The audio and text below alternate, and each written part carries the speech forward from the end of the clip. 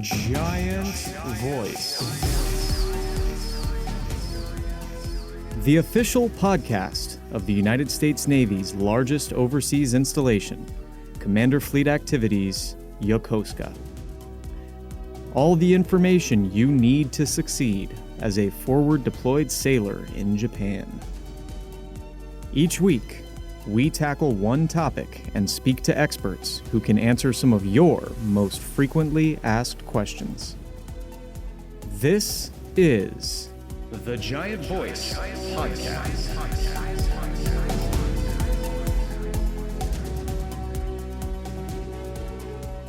Hello, everybody, and welcome to episode 2 of our podcast. Today, we have CFAY's command chaplain, Commander David Kim.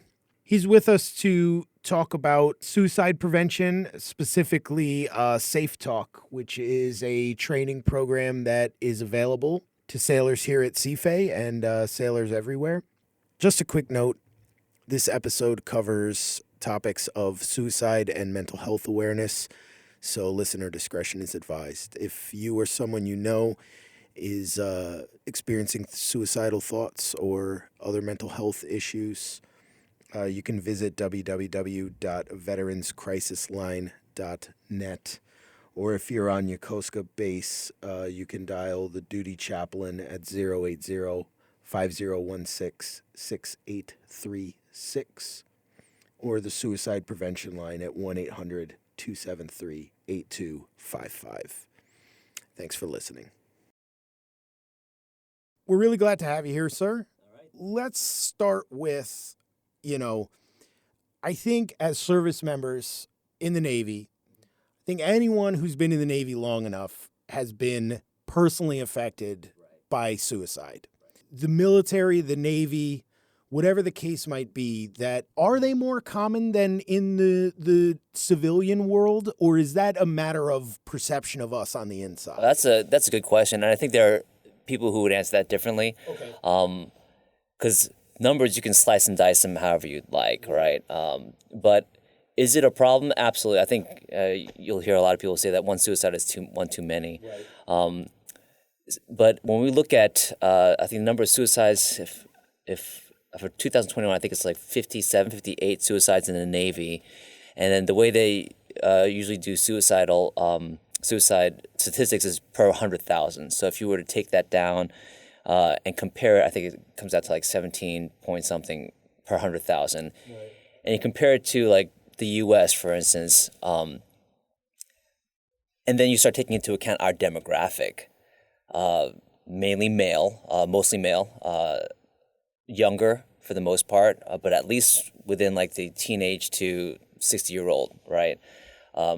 When you kind of slice and dice the statistics that way, we are actually a lower rate of suicide than the civilian world. I understand. So, where it's a certain cohort that has a relative, this rate is about here, but that cohort is a larger portion of the Navy. Right.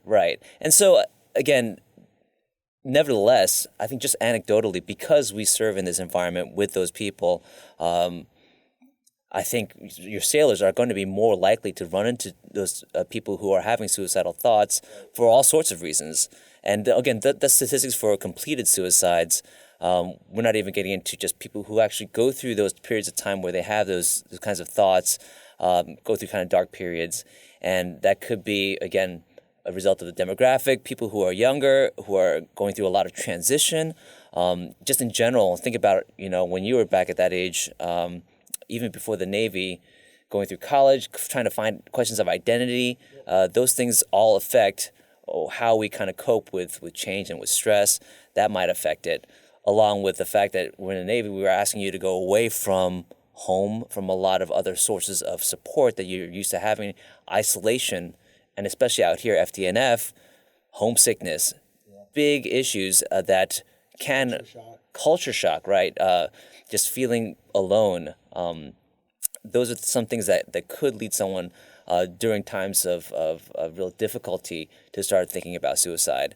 And then, of course, there's some of the added stress of the work environment that we're in and potentially operational schedules and the pace there, those all factor in as well. So are we at a higher risk? I would say so. Is it Navy specific, military specific? I don't know if I think it's always safe to assume It's a that combination we of are, but it is a factors, combination, maybe, exactly. yeah. It's much more complex than just you wear a uniform, you're going to be at higher risk. So tell me about some of the stigmas about let's say suicidal ideation or seek. If someone is feeling these feelings and wants to seek help, some of the stigmas that maybe people might feel of why they can't, both in a general sense and then in the military as well. Right. So I think the stigma, it does extend beyond the military, but I think it's exasperated when we're talking about seeking help as somehow associated with weakness or giving up, right? And you hear it about in the way that people joke as well about quitting on life, quitting on the team, and there's a stigma that suicide is really quitting, and that obviously doesn't translate well to a military environment, masculinity, and it's all about like pushing through, sucking it up, and if you can't, then don't be part of my team, right? And so there is that fear that is there for mental health issues in general, not just suicide, but mental health issues that we're really trying to address, because no one's gonna, fault someone for taking a knee when they're physically injured, right? But kind of unseen injuries on the emotional and mental front, there's just a lot less understanding, a lot less tolerance, I think, for that we're trying to address. And if we could just get to the point where mental health injuries and suicidal thoughts are treated the same way that fatigue and, the Navy does a great job of trying to address getting proper sleep, getting into circadian rhythm to address the physical needs. We just need to be doing that as well on the emotional and the mental health front as well. Yeah, when you think about it, it's something along the lines of, if I broke my foot, right, you don't want me operating the gun right now. Exactly. You want me fixing my foot so I can be ready to go later. Right. But somehow when it comes to mental health issues, we don't take that same level of care sometimes, do we? Right. And like you said, there's that stigma. So how do we try and get over that? Like, what's the path forward there? I think there's a couple of things we can do. One is really just to reframe mental health injuries or kind of these points that people might be having in their lives in the same way we would treat a physical injury. Of you diagnose it, you address it, you heal from it, and you get back into the fight. Right. And I think it's that last part that puts a lot of fear into people, because when they think, oh, I might be having kind of a stress injury here, I might have trouble adjusting to this particular point in my life, they don't see it as a temporary thing. Right. They see it as an injury that's going to take them out of the fight for good. So they don't want to bring it up because they're like, I'm going to lose my clearance, I'm going to lose my job, I'm going to get kicked off the ship. And I think one thing we can do is celebrate when we do see someone get help, take care of what they need to take care of, heal up, do the rehab, do the rehab in terms of like physical. I'm just trying to use the physical therapy example. Analogy, yeah, totally. Yeah, I got you. I'm with rehab, get the physical therapy. So in the same way we get therapy, we kind of work through some of these issues that are causing the immediate kind of debilitations right now, and then get back into the fight and celebrate someone coming back into the unit. Hey, I had some things I worked through, but I'm working through them now, and I'm in a better place. And again, just trying to incorporate them back into that community, incorporate them back into that team. I think if that's one thing we can do better. The other thing is just to normalize the conversation, right? This one thing is Safe Talk, which we're trying to implement. Yeah, that's here. what we're going to get into. Yeah, yep. The big thing is talking about the stigma and trying to not make it weird anymore. Right. To start asking probing questions of like, hey, what's going on? Are you having thoughts of suicide? And just making that a normal part of the conversation. The subject itself, and we talk about how even the word suicide is loaded. It's Right. loaded. It's almost leaves a bad taste in some people's mouth, right? Right. And so even just saying the word or committing suicide, right? Committing suicide is like the word commit is associated like committing crimes, right? It's a bad thing. And so there's just a lot of stigma associated with it, even in our language. And those are some of the things we try to address, and just to not normalize that as if it's normal to commit suicide, but is it normal to have thoughts of suicide when you're at a certain point, at a certain stress level or a certain point in your mental health? Right.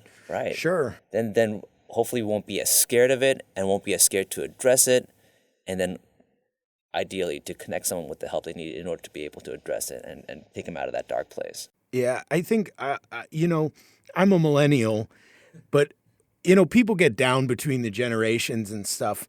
One thing I love about Gen Z in the United States specifically is they are very pro mental health, much more than my generation. And compared to Gen X and the baby boomers, I mean, it's a totally different scale. Gen Z is much more open, I feel like, talking about mental health issues. So maybe that's a sign we're moving in the right direction, right? And it's the first step, right? Yep. Actually, maybe it's the second or third step. The first step is just being open to be transparent about it, right? Which again, Gen Z I think is transparent about a lot of everything, right? That's almost problematic in some people's opinions, but we can talk about it, but then making that connection with, I have no problem getting help, right? Let's figure out how to get me connected. That's definitely going to be helpful as well. So tell me some more. We broached the topic of Safe Talk. Tell me a little bit more about it. What is it? Where did it come from? How long it's been around, and just what it is. Right. So Safe Talk is one of the products of a company called LivingWorks. LivingWorks.net. It's an international company that has several different products that addresses suicide intervention, and they have different things that they use for public health, for education, research, but the main push for this company is trying to get skills into the hands of everyone to intervene in suicide at different levels, right? And so they have Safe Talk is what we try to push for as many people as we can. It's not a Navy program, but like so many things in the Navy, it's an acronym, right? So Safe Talk is an acronym, right? We love our acronyms. So SAFE stands for Suicide Alertness for Everyone, and the goal of that program is just to raise awareness and alertness to make much more make people sensitive and alert as to warning signs that might be around them. And it's kind of like for counter intel. You want as many people aware of potential signs of people who might be a little bit fishy, right? That's the whole idea of doing all this training, is increase the number of detectors that are out there for counter intel. Right, and if a number of signs match up, that might be an indicator. It might be nothing. But if it's something, hey, it's worth looking into, and that's the same thing we try to instill with Safe Talk. So LivingWorks, they've been doing it internationally. It's not an American company. It's they actually have a huge footprint in Canada, Australia, Europe, and so I think it's around 2 million people they've reached worldwide. But with Safe Talk, it's not their oldest program, and so they've reached around 800,000 people with Safe Talk. And again, these programs are your industry standard. They do work with schools. They do work with utilities, like they work with subway systems, public transportation systems, because there are a lot of people who may be kind of on those passengers there that the drivers, the operators are first responders there. They see it first, right? So, and they over 50 peer-reviewed studies that show kind of the efficacy of these programs. So it works, it's good, and it's the best that's out there, which is why the Navy and CNIC has really embraced this as, hey, this is the way to go. So you went through this training. Yep. Mm-hmm. So tell me a little bit about, maybe some of the stuff you learned that you didn't know, kind of what you did in the training, maybe something that was surprising for you. All right. So I took the training a long time ago. Okay. All right? It's been several years since I received it, and I've been delivering it for quite a while. But I do remember when I first went through it, just having that kind of aha moment of suicide is a way to end the pain. Right. Right. And again, to me, it was a very foreign concept, why someone would want to end their life. But when it was put in the context of they're going through all this emotional pain, and this is not the preferred way to end it. They don't want to die. But they don't want to suffer. But they don't want to suffer. And so if you put it like that, it's like I ask people all the time, if you were being physically tortured, would you rather continue to be tortured, or would you rather just want to end it? And on a physical sense, it's like, kill me now. It's just an easy choice, right? But on an emotional front, we don't see it that way. And so, so finding ways to offer an alternative, finding ways to just say, hey, we don't have to solve all the problems now, but are you willing to just take another step forward and stay safe for now? That's really the goal of it. And for Safe Talk, it's not even to get to that point. So the next product in the intervention is Assist, which is a 2-day course, which is really for people to talk people through this time, right? To get them to kind of embrace life for one more day. But that's not what Safe Talk is. Safe Talk is not even going that far. It's just, hey, can we connect them with the help they need? Can we just broach the conversation, get them talking, acknowledge there's a problem here, and then get them to the help they need, whether it's an assist trainer or, in our case in the Navy, to medical, to mental health. And then, so it's just training people just to make that connection and making it not scary, not weird, normalizing the conversation. So what are some, if we're going to, you're your average sailor out there. And so what are some things that you've gleaned from Safe Talk that your average sailor can implement now today to help try and remove some of the stigma about having these conversations with the people around them who they care about? I think one of the things that I see a lot of people concerned about is, if I broach the subject of suicide, am I going to give them the idea? So they don't want to talk about it because, like, well, I don't want to give them the idea to do it, and I don't want to be responsible for that. Right. And so one of the things we really kind of try to emphasize in the class, and something that we actually get from people who have gone through this, is you're not giving me any ideas I haven't thought of already. I've been in this world of darkness and pain for a long time, trying to avoid this idea of suicide because it's kind of lurking there, and it's there. I don't want to acknowledge it. So you're not introducing anything to me that I haven't already been thinking about, right? So broach the subject. Ask them directly without seeming like you're nervous about the issue. Hey, are you thinking about suicide?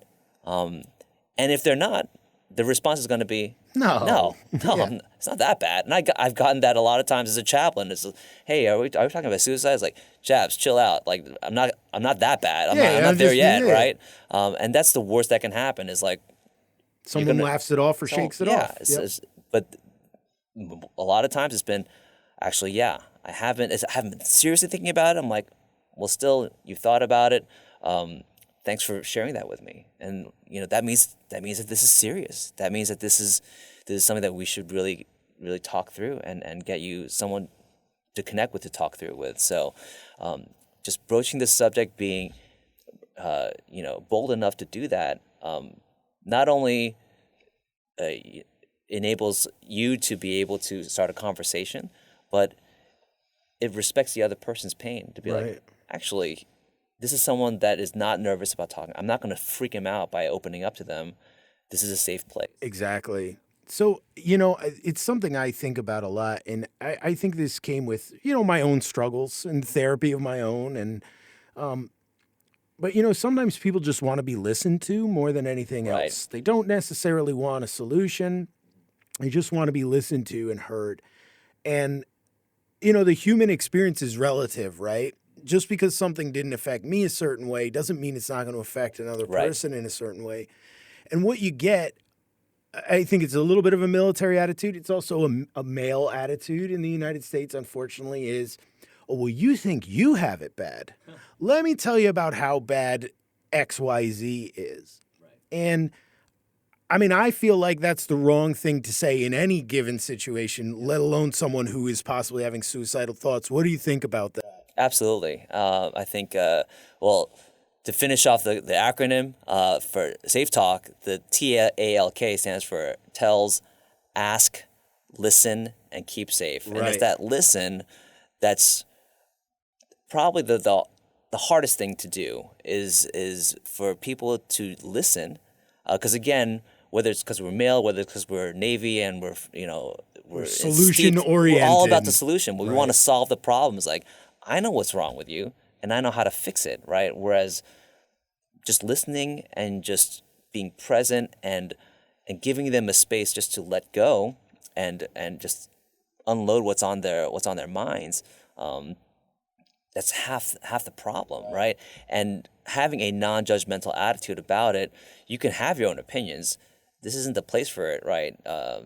The L is for listen and actively listening. And that's the thing about Safe Talk is even if you won't use it for suicide intervention, which I doubt. Again, you stay in the Navy long enough, you're going to come across a situation where you're probably going to be talking to someone about this. Yeah. But even without that, it teaches people to be more empathetic, to just be more compassionate, to be better leaders in that way because they're listening to their people around them, to their team. And so there's benefits that come from this training that go well beyond suicide intervention. But yeah, that's one of the things that I'm always telling people is it's not about you. It's not about me. It's about who's in front of you and what's burdening them. So give them the space, give them the time to tell their story, and just take a backseat and listen. And yeah, you can be really surprised what you learn about people. Absolutely. when they start to open up and be vulnerable, right? Like, I think a lot about, many years ago, there was a guy I knew from home, and I hadn't seen him in many years except for on Facebook, and everything always looked happy and nice, and find out from someone from home that he had committed suicide. I mean, had a family, and and it I hadn't been connected with him in many years, but all I could think about was this sort of like, wow, the veneer that's presented there looked very nice. Yeah, it's convincing. And I feel like sometimes people who are really suffering get really good at being able to put that veneer up. And so, like, how do we look for signs when maybe someone has become really good at hiding those signs? Right. And that's a challenge. Right. Especially with social media, people putting their best foot forward all the time. Right. And that's the main venue that we actually are interacting. So one of the other things that we try to address in Safe Talk as well is you can be surprised at someone committing suicide, but if you really start digging deep, most times, vast majority of the time, there are some tells. And so tells is kind of like when you're playing poker. People have tells, whether they want to or not. They're giving up information, right? And that's in the hardest scenarios. In most scenarios, people who are in some sort of pain are actually giving what we call invitations. They're trying to put information out there, and they're seeing if you're going to catch on to it, right? Because if you don't catch on to it, you're confirming their understanding that you don't care, right? Right. But if you pick up on this, then you actually do care, and then maybe I can start opening up. So they're kind of putting stuff out there consciously or unconsciously. And then when no one bites, it's creating this feedback loop that's reinforcing their own thoughts. And isolating them further, right? So if we pick up on it and say, whoa, you said this, tell me more about this, right? Then they start, again, feeling a little bit vulnerable and wondering, am I safe to be vulnerable here, right? So the more that we can do as listeners to draw that out and say, I see this, I acknowledge this. It could be nothing, but in some cases, it's something. So just put me at ease and tell me, is it serious, right? And so as we learn those tells, as we learn those invitations, and as we start picking up on them and start exploring them and not be afraid to explore them, that's when I think that veneer can start coming down. Because those veneers are put up because they don't feel safe. Because they don't feel at liberty, because they don't think anyone cares. But if you start showing, no, I do care. I do want to know about the bad stuff, not just the good stuff. Start opening up to me about that. That's when those walls start coming down. And it's funny because I think sometimes maybe people also feel like that there's going to be judgment.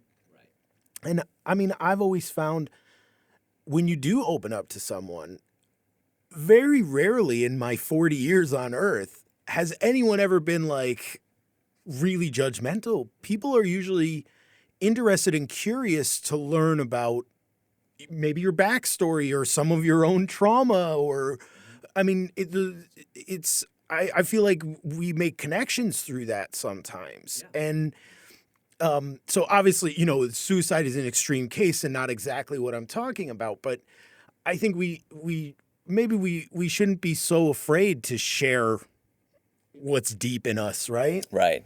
And I think it all depends on our experiences. Some people may have gotten burned by having been judged, especially on this topic. Right. And I think some of it is just well-meaning. Sure. Some people, again, who are just not comfortable with the idea, or they might panic and start saying, "Oh, this is wrong. You can't do this," right? And definitely as a chaplain, coming from a religious standpoint, then there's the whole idea of sin, and this is wrong, this is not right in God's eyes. Might not exactly be very helpful at this point in time to start talking about your theology and about the eternal consequences of something. But it's usually because someone is well-meaning and they want to basically shake someone into take them out of that situation and be like, no, you can't be thinking about this, but right? That's not the right choice. The right thing. But having that listening mentality and just letting them talk about their pain, that stuff might come out in conversations later on down the road. But at this point, I'm glad you've had the experience of not having been judged, right? I think a lot of people may have had negative experiences. Oh, certainly. I'm not denying anyone's experience. Or fear it. They may not have experienced it themselves, but on this subject, they're like, oh, I haven't been judged about a lot of things, but if I broach this subject, they're going to have an opinion on it. And so I don't want to broach it. So creating that safe space for them to do that. I hope people do feel at ease and feel comfortable and have had experiences of not being judged. That's a sign of a good environment that you've been in. I guess what I'd like to ask you is something like, if anyone is listening to this podcast, if they pop this on right now and they see the topic and they jump into it maybe because they're having some of these feelings, what would you say to them right now? Someone who's having thoughts of suicide, right? I'd say that there are people that are not afraid to talk about it, that do care, and that web of people, that network of people we're hoping to grow, that are not just caring but are emboldened and trained and comfortable with talking you through it and getting you the help that you need. You are not alone. There are people who that care and that want to come alongside you. And it feels like you're alone, and those people might not be the people you know right now, but just know that we're out here, and keep sending those invitations out. We're going to pick them up, right? That's what I would say. Just hang in there, and just reach out to, whether it be the chaplains at the Chapel of Hope, whether it be mental health, our great partners at Fleet and Family Service Center, but also your shipmates. Talk to your shipmates. They do care about you. They probably just don't know exactly what's going on, the extent of what's going on. Yeah, as hard as it is to say, I will encourage you, try to be bold and try to take some risk and open up to people about it, because you'd be surprised at the level of compassion that you might get back. The worst thing to do is just hold it in and kind of suffer in silence. So, and that's what we're trying to do with Safe Talk. We're trying to increase that web of safety as much as possible. We talk about creating a suicide safer environment, and that only happens when everyone's on the same page, when everyone is as comfortable talking about this, getting the subject out in the open, so that people who are going through these times, these thoughts, feel safer coming out in the open about it too. Yeah, I that's pretty powerful, sir. I appreciate that. So in that vein, sir, what would you say to your regular Navy person who's not having any of these feelings? What steps they can do to help notice some of these things in their environment and notice some of these warning signs? One of the things I'm going to do is a shameless plug. Take Safe Talk. Don't run away from the training as you would from your normal GMTs or whatever other Navy training is mandated. Take the time to sit through this course. It is some time, 3.5 to 4 hours. But during that time, we're talking about these invitations more so than just the warning signs we talk about during GMTs. But we talk about what to look for, what we think about them. So it's a lot of self evaluation of what are my thoughts about suicide? What are some of the biases that I might be having and holding that are blinding me to certain things or preventing me from seeing some of these things, right? Either thoughts or beliefs or just fears that I might have. And so it's a good time to evaluate kind of where I stand and what I might be doing and believing and thinking and fearing that might be preventing me from being the most compassionate, alert shipmate that I can be, right? So take the course, jump into it. There's going to be different opportunities. We're offering it at AOB on a weekly basis. It's going to be a mandated, it's going to actually be part of AOB for incoming military, but a lot of ships are offering this while underway. We're offering different opportunities here. So take the course. You're going to learn a lot about yourself in order to make yourself a more suicide alert shipmate. So if someone was interested in taking the course, then who would they speak to? So you could definitely reach out to your unit chaplains. So they will be the first point of contact. A lot of them are going to be trainers themselves. But if they're not offering the course themselves, they know how to get in touch with CRADO, the CRADO department here on as part of Region helps organize all the different workshops that we have across the base. But also, again, very soon we're going to start offering it on a weekly basis at AOB ICR, at the AOB portion that first afternoon, and anyone on the base can join the people in AOB that are going through it. Oh, wow, okay. On Tuesday afternoons.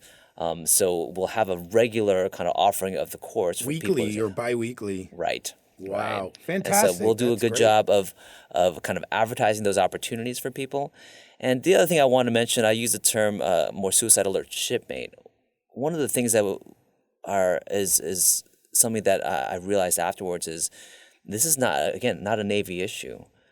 Being more suicide alert, I think, is part of being a better parent, a better friend, a better husband or a wife, because these kinds of thoughts affect people all around us outside the workplace. And some of the incidents, some of the situations that I've had in suicide intervention have been with my neighbors in my home. And so very beneficial, especially for parents too, not knowing everything about what's happening with their children and in school, just learning how to be more empathetic, learning how to pick up on certain things. I think it has benefits way outside the workplace. Yeah, for our society as a whole, really. Exactly. Yeah, it's very important stuff, sir. And like I said, it's personal to me, and I think it's personal to a lot of people in the Navy. Yeah. I mean, a lot of people in general, but the Navy specifically. I mean, we go through a lot when we're underway, and we all know the mental stress. And I think anyone in the Navy who has deployed, been underway, I mean, you've been touched by it in one way or another. And I consistently believe that this is a really important topic to talk about. So I'm really glad you came by today. And Safe Talk sounds interesting. I would like to take it myself, quite frankly. So we'll make the opportunity available. Absolutely, yeah.